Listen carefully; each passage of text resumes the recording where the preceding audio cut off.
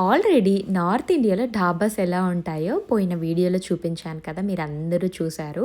గ్వాలియర్ నుంచి రిటర్న్ వస్తున్నప్పుడు మథురాలో ఈ ఒక పెద్ద ధాబా ఆర్ బిజినెస్ కాంప్లెక్స్ అనమాట ఇది.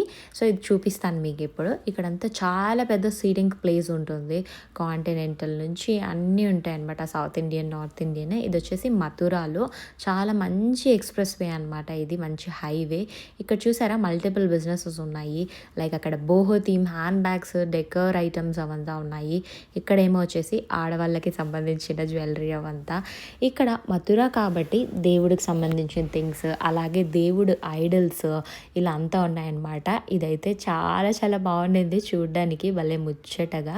అండ్ ఈ షాప్లో కూడా ఇంతే, అంటే చాలా రకాలైన షాప్స్ ఉంటాయన్నమాట.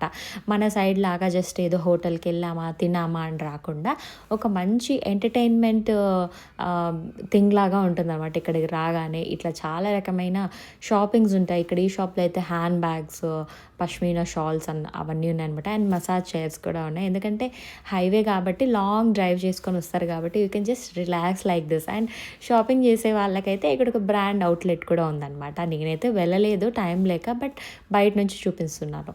ఇది వచ్చేసి వెరీ లార్జ్ సీటింగ్ స్పేస్. ఇలాంటివి ఇక్కడ చాలా ఉన్నాయన్నమాట. అంటే ఇలాంటి హాల్సే వీళ్ళవే, రుద్రశివ డాబా వాళ్ళవే చాలా ఉన్నాయన్నమాట. ఇక్కడ ఫుడ్ కూడా చాలా చాలా బాగుంది. మేమైతే నార్త్ ఇండియన్ ఫుడ్ తీసుకున్నాము. అండ్ ఇదంతా కూడా ఒకటే ఫ్లోర్లో ఉంటుందన్నమాట. ఆల్రెడీ నార్త్ ఇండియాలో ఢాబాస్ ఎలా ఉంటాయని వీడియో చేశాను, కింద ట్యాగ్ చేశాను. ఎవరికైనా కావాలంటే చెక్అవుట్ చేసేయండి.